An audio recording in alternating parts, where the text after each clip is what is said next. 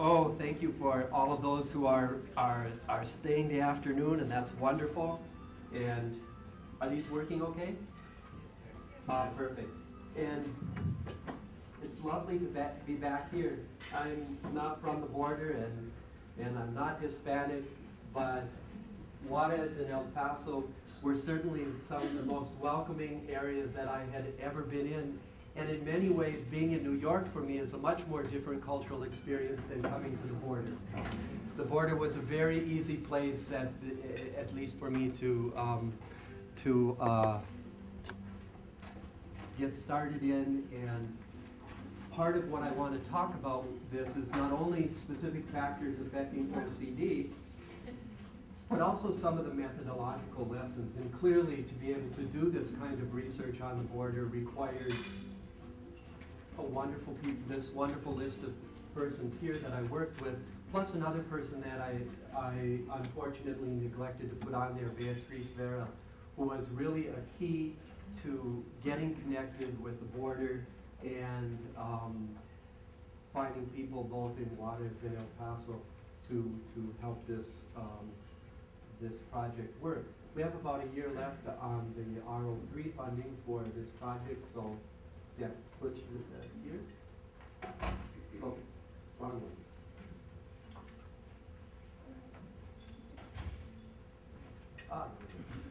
I'm not sure I'll do that. Oh, just press the button, that's all. Okay.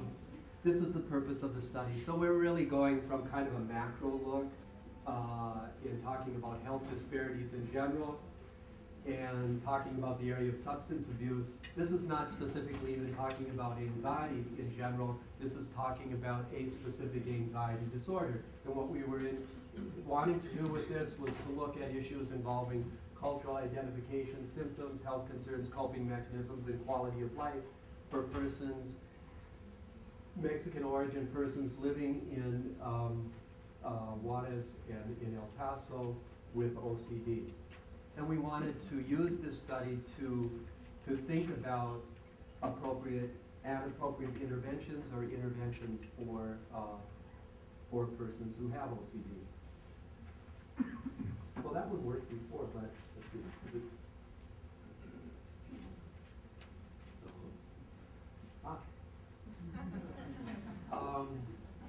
I put this up specifically with this. Now, again, this is different to kind of move from the general area. There are disparities within disparities. And obsessive compulsive disorder is, in and of itself, there are some inequities in regard to that. For instance, the persons that we would get with, generally we recruited people via the media. We did get people who had been in other clinics. Probably the largest number came from MHMR here in El Paso, mental health and mental retardation here in El Paso. If they were there at that agency, they came to us with a diagnosis of major depression because they were not able to get reimbursement for the obsessive compulsive disorder, despite some very significant issues involving OCD. About 2 to 3% of the world's populations are the general figures that we look at with obsessive compulsive disorder. There are some arguments on both end, more or less. The best study that has been done in Mexico was done in Mexico City and found about that amount among females. And generally OCD affects females and males about equally, maybe a slight few more females, but about equal, but found far less males in Mexico City, only about 0.8%. The writers of that article speculated that it may be because Mexican men have difficulty acknowledging anxiety. Fortunately, they didn't explore that a lot more to find out did that get expressed as a substance abuse disorder or something else. But generally 2 to 3%. So much more common than schizophrenia, which of course is a reimbursable condition if you go to places like MHMR. Like schizophrenia, OCD is a neurobiological disorder, and this is a frequently shown slide PET scan. And we probably have, with OCD, we know what's happening in the brain a little bit better than we do with most other kinds of disorders. So right here you can see sort of alarms going off on the right side with the person with OCD. The orbital frontal cortex is lit up, and there's a pathway through the thalamus, the substantia nigra, where that doesn't turn off. We know that we can moderate the effects of that both with medications and also with a certain type of cognitive behavior therapy that particularly uses exposure response prevention. The treatment gap for OCD, so this is kind of the idea of, I guess, disparities within disparities, is dramatically higher than it is for schizophrenia. So the treatment gap is talking about the people who have OCD versus those who are actually getting treated. If we look at 2 to 3% figures, then there's some variation how many people are actually living in Juarez, how many people are actually living in El Paso in the area. But you can see that it's a large number of folks that could potentially benefit from improving treatment in the area.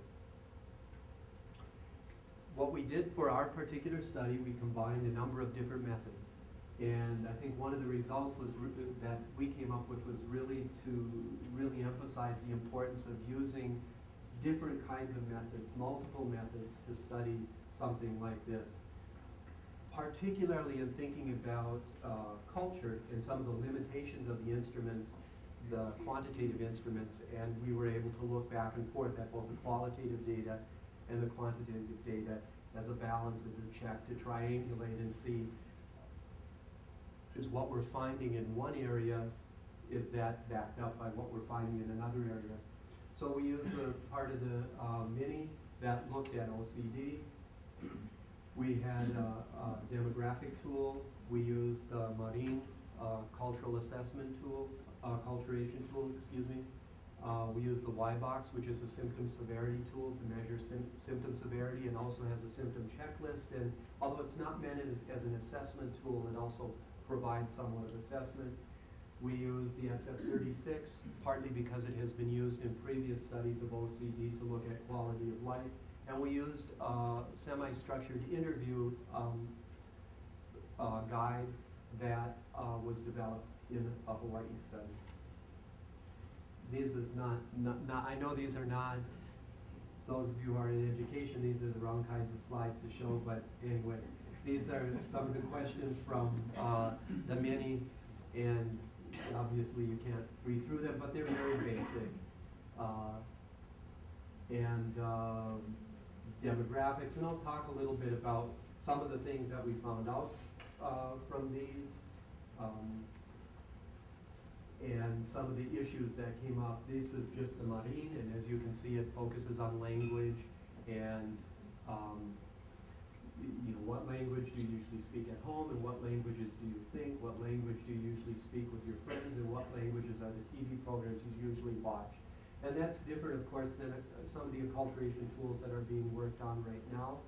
The two very noted people in the Milwaukee area who are looking at acculturation from a beliefs and values perspective, another person looking at it from a skills perspective. Of course, this goes only one direction, so you can't say you either have this high Anglo acculturation or in low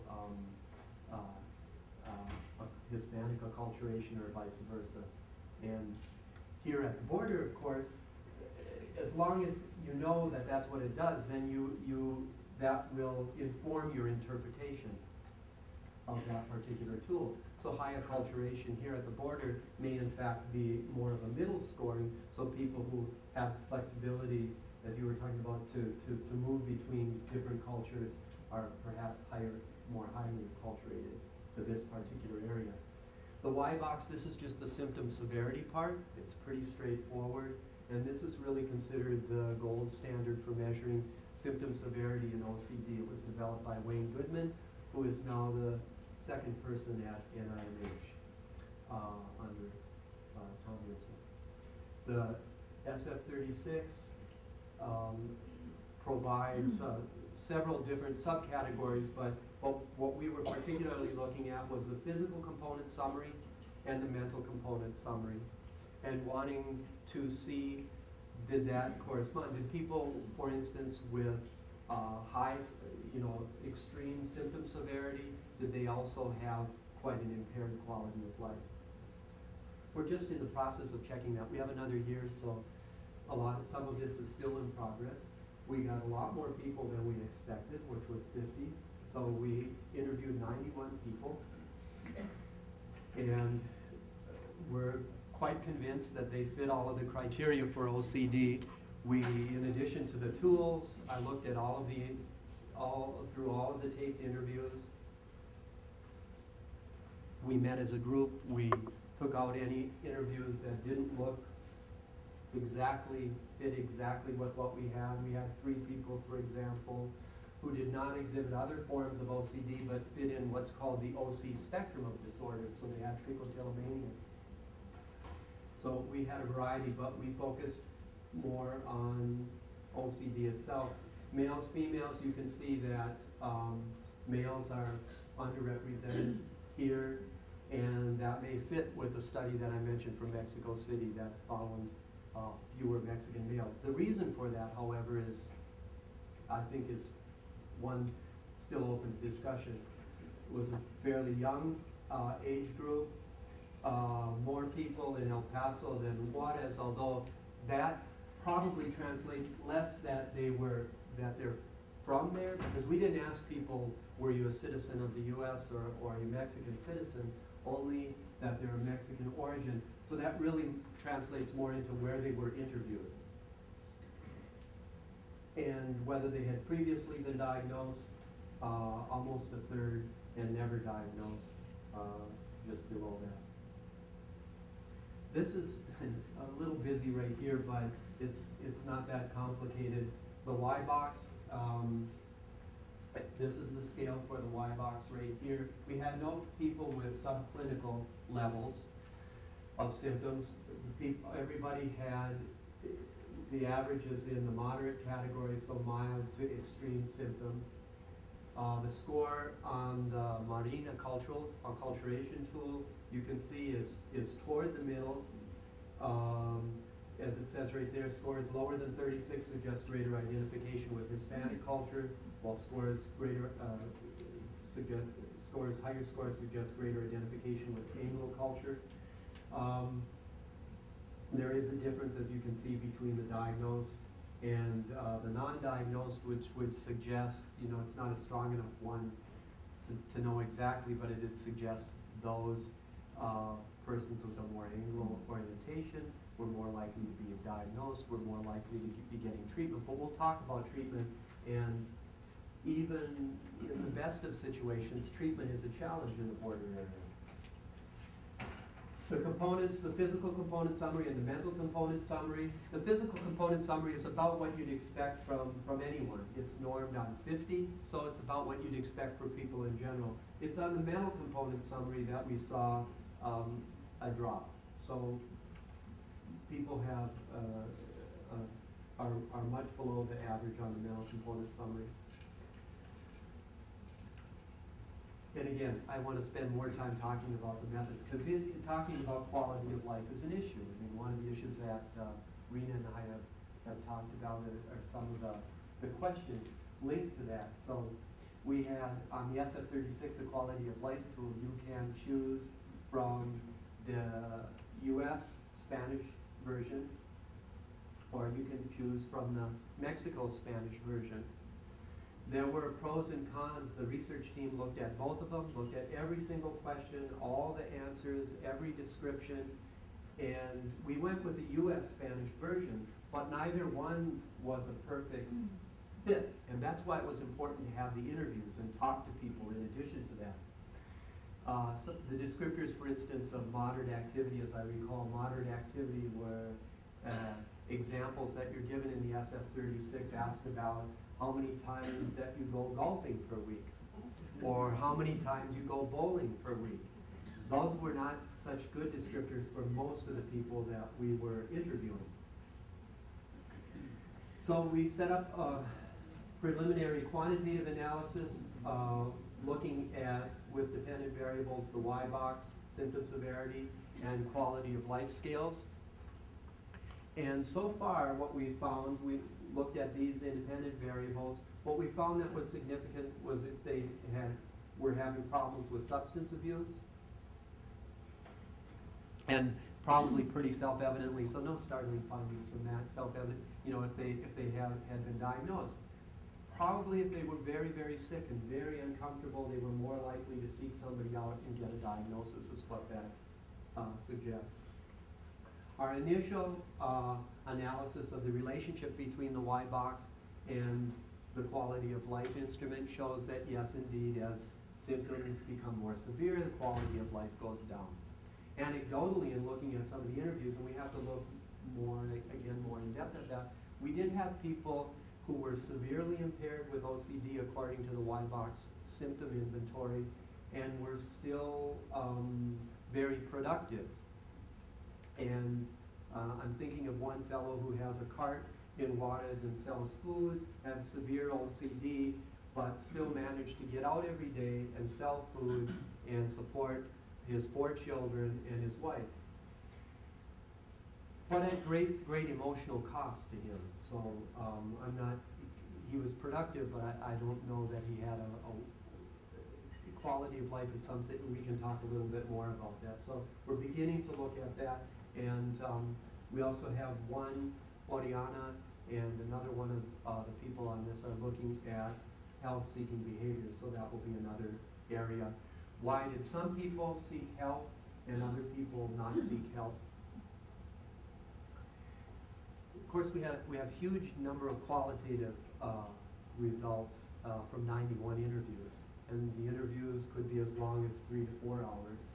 I remember when we first interviewed people in Hawaii, and we sent it through, and it was a phenomenological study where we basically asked people to tell us about their experience of OCD, so we could look at that in comparison to other cross-cultural studies of OCD. And the IRB sent it back. They thought the protocol was okay, but the IRB sent it back saying, because we had put that the interviews would last 2 to 3 hours, and they said, well, it can't possibly last 2 to 3 hours. So okay, we said, fine, we'll change it. They said an hour is better. That was the only change. Sent it back, we said, we'll interview for an hour.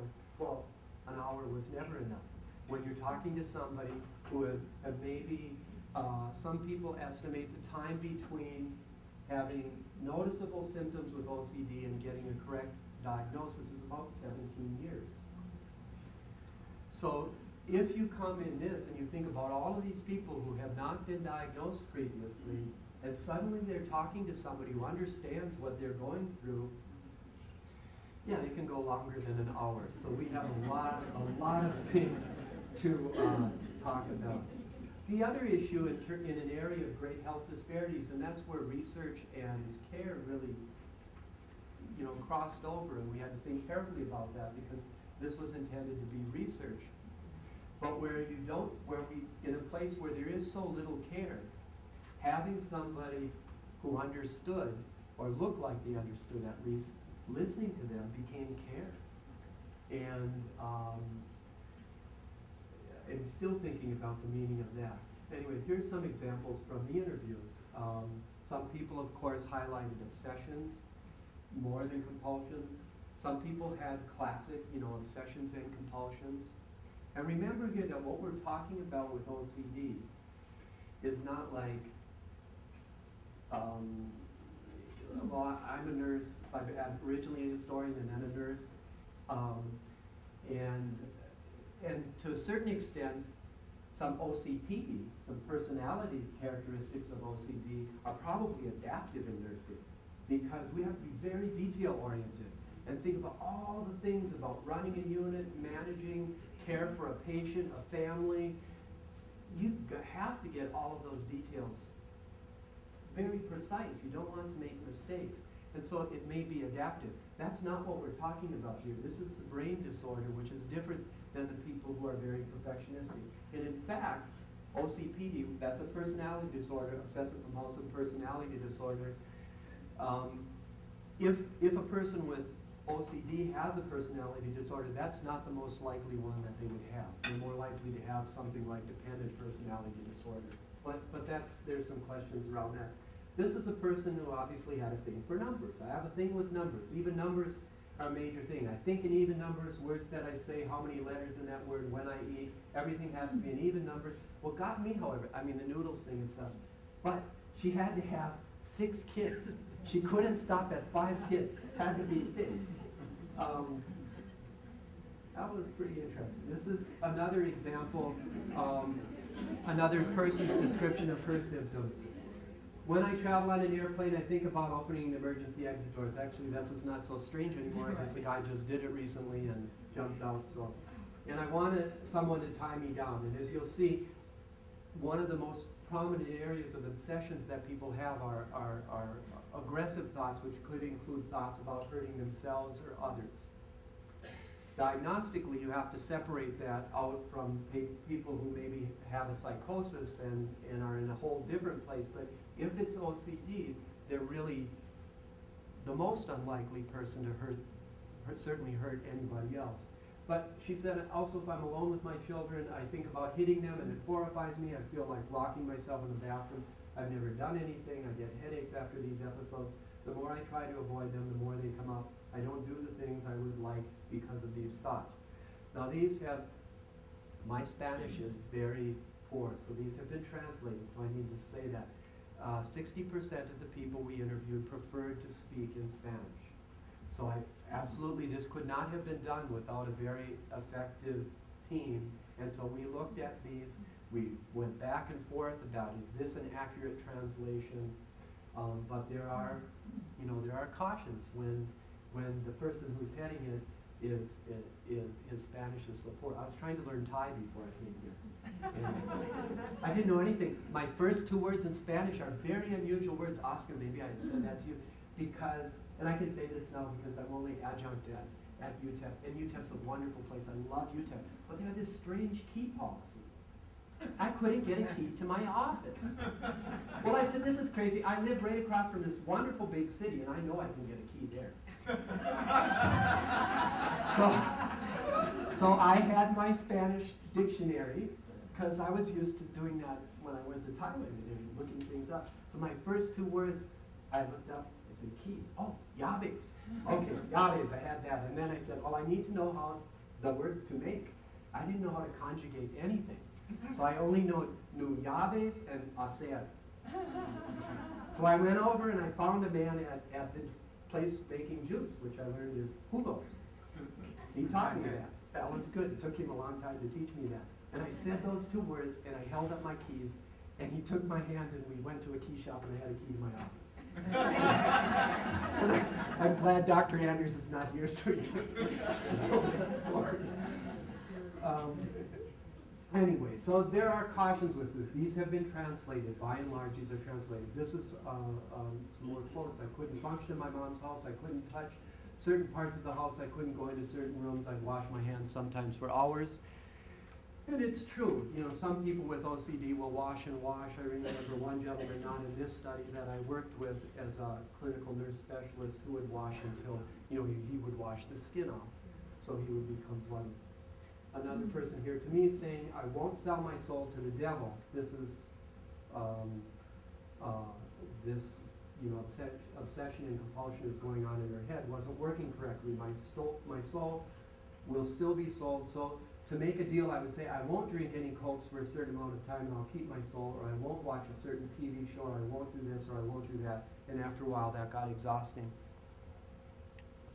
What the Y box does that takes us more, because everybody identifies a certain piece of this. Everybody, we all have some tendency, some checking compulsions, different things that we do. Did I really lock the door? Did I really set the alarm? And you check several times. When you look at the Y box and you look at the number of hours per day, we're looking at people on a very extreme end of the continuum. That's normal to wonder. Did I unplug the coffee pot? Did I do that? One of the classic OCD cases is a description of a woman who could not accept that she had turned those things off, had extreme checking compulsions. The only way she could make it to the office was to bring all of the appliances, literally, the toaster, the coffee pot, everything, yes. So, very extreme. I remember one young woman that I talked with in Hawaii who waited a year before she could talk to me because she had such extreme grooming compulsions, and she would basically get stuck. And so she couldn't get herself clean, and because she felt she had to recite her grooming rituals in her head, and if she went over those precisely, then that would be the end of her OCD. So she would actually get stuck and could not finish washing her face, brushing her teeth, and getting going for the day. So it took her a year. After a year, she said, "I'm better now." She was only spending 6 to 8 hours per day brushing her teeth, showering, and getting ready. And that's at the point then she felt she was ready to talk to me. So we're talking about something quite extreme there compared to what you might be thinking about for yourself. So it's another person. I feel like I'm humiliated so much by this disorder, a full-grown 26-year-old man. I peed on myself a couple of times because when I got home from work, I'd have to lock up my car, and I just couldn't leave the scene of the ritual. I had to finish it before I went to the bathroom. So when I was still doing a ritual, I just went. I was at the psychiatric center for 3 days because I was having suicidal thoughts, I guess because I knew what was going on. Oscar turned it off. That's actually my phone. I have birds. I'm so sorry. I thought I had turned it off. Anyway, this fellow also became suicidal. And there was a myth at one time that folks with this disorder could not be suicidal and did not hurt themselves, but that is truly a myth. What we found here is interesting, again, in thinking about the border. Well, it's not so different than what you'd expect to see other places. I had somewhat of a hypothesis in my mind that maybe here we would see more focus on religious obsessions and scrupulosity, but as you can see, that's about where you'd expect it generally. And the lead one is the contamination obsessions, which is sort of the classic. As we put together DSM-5, some of this may change because there are a lot of ideas about where should OCD be. It's a slightly different place in the international classification. Do some things in here like hoarding disorder, is that really something different? Certainly treatment-wise it's different. So it may not. We don't have a perfect understanding. And the compulsions that people have go along with this. Now some people of course have their compulsions are primarily just going on internally in their head. So you don't always see things. Some people, again, have really classic, yes, they have obsessions about contamination, and they wash their hands and they clean endlessly. In terms of access and health disparities, which I think is really important to focus on and maybe discuss here, and stop if you have ideas or thoughts or anything that you'd like to share. But at the time of the interview, only about 1/4 of the participants were receiving one of the several medications shown to be effective in treating OCD. That's unfortunate since we had significant impairment in quality of life, and we know at the very least people can get medications that have a fairly good success rate. We know that longevity in terms of treatment is best when you can either combine the medications or you have some component of CBT by a trained person who can incorporate exposure response prevention. Only one participant was involved in ERP, and they were getting that in San Antonio. And during the study, while we were doing this, and we had it advertised in ADAA site, the Anxiety Disorders Association of America, and on the OC Foundation website and in their newsletter, we would get calls from Houston and from other areas saying, can you identify somebody in the area here? And I know there are wonderful, some of you here are maybe those, but wonderful providers in the border area who maybe have OCD as part of their treatment, and are maybe very good. But in terms of our 91 people with whom we spoke, we did not come up with providers with the kind of in-depth experience to make a large difference in OCD in Juarez or El Paso. And that's difficult to talk about. And when I talked about that in Albuquerque last month, and it was to providers, we of course had some discussion about that. The closest providers that we were able, with the in-depth CBT experience with people with obsessive compulsive disorder, were in Albuquerque or San Antonio. So this is difficult. So this is based on the people that we are participants, and also OCF and ADA listings. But even if we had providers, and this of course is not surprising, but people earn such a small amount of money, they may not be able to pay for individuals. In Juarez, for example, when at the time of this study that we looked, I believe there were 9 to 10 psychiatrists that we identified. Of those 9 to 10 psychiatrists, only 3 were working in the public sector, with most of the people that we were seeing, which were low income. So in thinking about interventions, probably training psychiatrists is not the way to go. We need to think about some other way to intervene, and that's what we're going to be talking about. I learned a huge amount culturally, and maybe for some of you who are from the border or have great experiences, maybe less interesting, but it was an incredible lesson for me, and very important, I think, in terms of developing new interventions. When I first started out, and before things got difficult this last year, or as difficult this last year in Juarez, what I enjoyed doing after I had such great success with my first 2 words in Spanish is I would go and sit in front of the church and just talk to people as much as I could. And people are so friendly and so wonderful. We had these incredible, Patty and Lupe are not here, but we had this one conversation. This is honest, true. I'm not making this up. I am from Minnesota, and I grew up near where Garrison Keillor is, and Minnesotans are storytellers.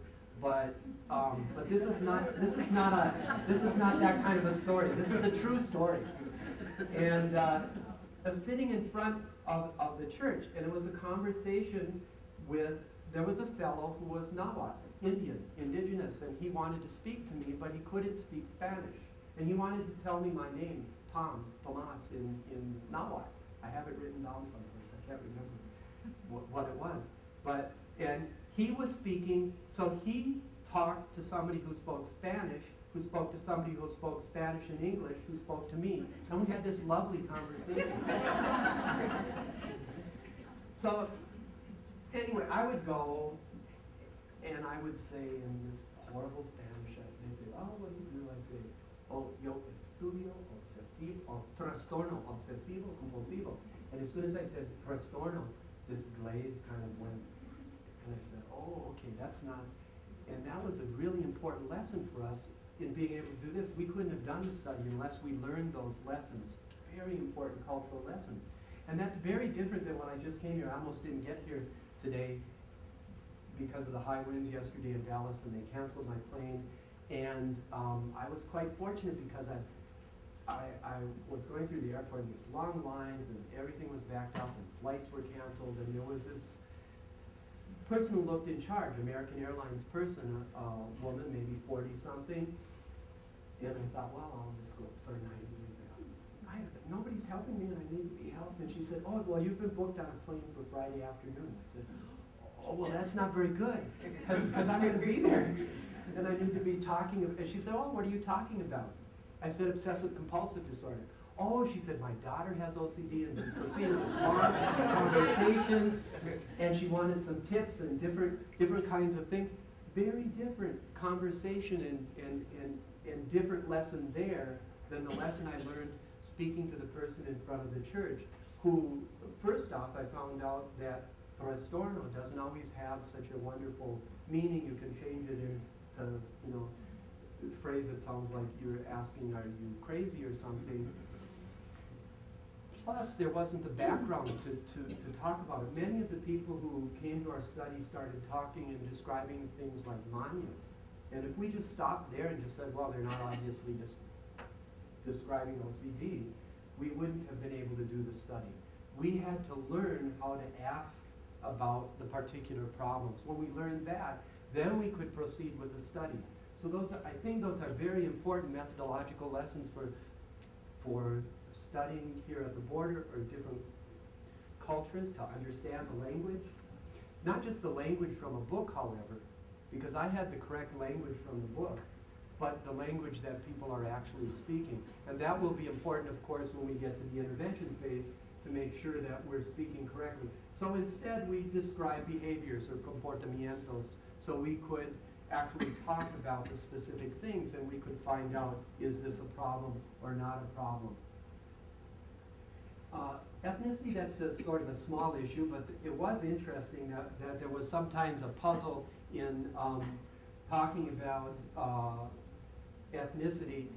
When initially we had an open-ended question. That did not work out so well. Beatrice was the one who had started out with the questions there, and somebody said, when she asked, tell me how you would describe yourself, she said race or ethnicity, and the person said, well, are you calling me a racist? And she said, no. And so we then put in categories. So that was a small lesson, but an important lesson. The limitations of the acculturation measures at the border, I think, are very important. And I've learned a lot from listening to Dr. Balcazar, who's such an expert in that area. But also very careful how I use that data. And tend to think about the people who score more in the middle, which would not generally be called high acculturation. Tend to think about those people as probably the ones who are best acculturated, more highly acculturated for here at the border, because they can negotiate these different worlds. The limits of the quality of life tool. Again, when you have examples that don't fit culturally, that's a limit. But we also don't know completely about your depression or bipolar disorder. So we met with clinicians and we worked with clinicians, but that wasn't our greatest source of referrals. Mostly we got people through the media, all different kinds of media, everything from Channel 26 to different kinds of radio channels. We had Christian radio, Catholic radio, so we cover as much a broad spectrum as we could. We had articles in El Diario and in the El Paso Times and had people respond to that. We had a good response from a little advertisement in PMA, but you need to remember, if you advertise your study in PMA, if you do read that you want to be careful. How many people read that newspaper?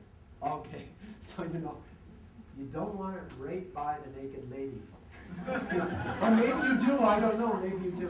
Maybe that's a good place to have it. But anyway, and of course there had to be a lot of filtering when those people came in. Because we also had an internet ad that became an IRB issue on the campus here. And if I ever had any illusions about college students or their adjustment or anything, anyway, we found that college students are very stressed folks. Within a very few hours, we had 75 calls to this internet ad, which was also really interesting to me, because folks generally our folks were reluctant to leave a message on the telephone, and they didn't want, and that was a limitation in our study in Juarez, because in Juarez we only had a cell phone and we didn't have a person, so people didn't want to leave a message there. So we had this kind of reluctancy, but then suddenly we had people over the internet responding to an internet notice about this study, and all these folks thinking that they had OCD, and also sharing quite intimate details about their lives. And none of this had been written into IRB, so I called the director of the IRB here and I said, I have all of this information people are sending to me, and we figured out how to handle that and acknowledged that this was something that we didn't expect. But that took a lot of time in screening. Out of those 75 people, I believe 2 actually fit our criteria for OCD. But the rest fit the criteria for very anxious university students.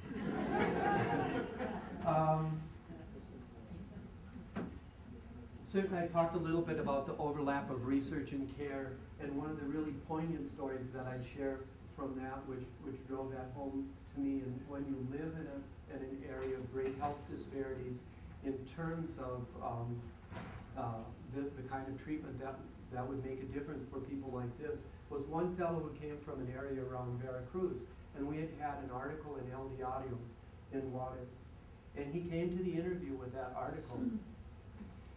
He shared with the interviewer that how fortunate he felt to be here in La Frontera, in a place where had people who recognized this. If he had been back home, no one could have ever talked to him about this. Now, on one level, that's really nice, but on another level, that's all we had. We were just interviewing him. We didn't have treatment. And in fact, the story of the study is that there are not a lot of treatment options right here. But for him, in his mind, he was feeling very, very fortunate. I've already talked about the importance of combining different types, triangulating data, and that has been very important, I think, in this particular study. The other really interesting thing, and especially I know as we talked about changes in families, unlike Hawaii, where we had people very disconnected with their families, after sometimes decades of having OCD, and in OCD, people oftentimes need a lot of reassurance, and they kind of burn out the people who have been close to them, particularly males who have had OCD, because it tends to occur at a little slightly earlier age, and they haven't always formed a lot of relationships. The people here tended to be quite closely connected to someone. So it's not a real aha or anything, but it is in a way, because it's really what's important to us. It is important to us in thinking about treatment. So people are pretty well connected to somebody, and they have other areas that are important to them in terms of coping with their OCD. So in thinking about developing a culturally sensitive, useful, and economical tool, then, we needed to recognize that relationships are central for the people here on both sides of the border that we interviewed. And I know that's written about in a lot of books, but this was like really for real in people talking about it in their interviews. Also, obviously, treatment needs to be able to have people who can speak Spanish or who are bilingual, culturally sensitive tools and measurements.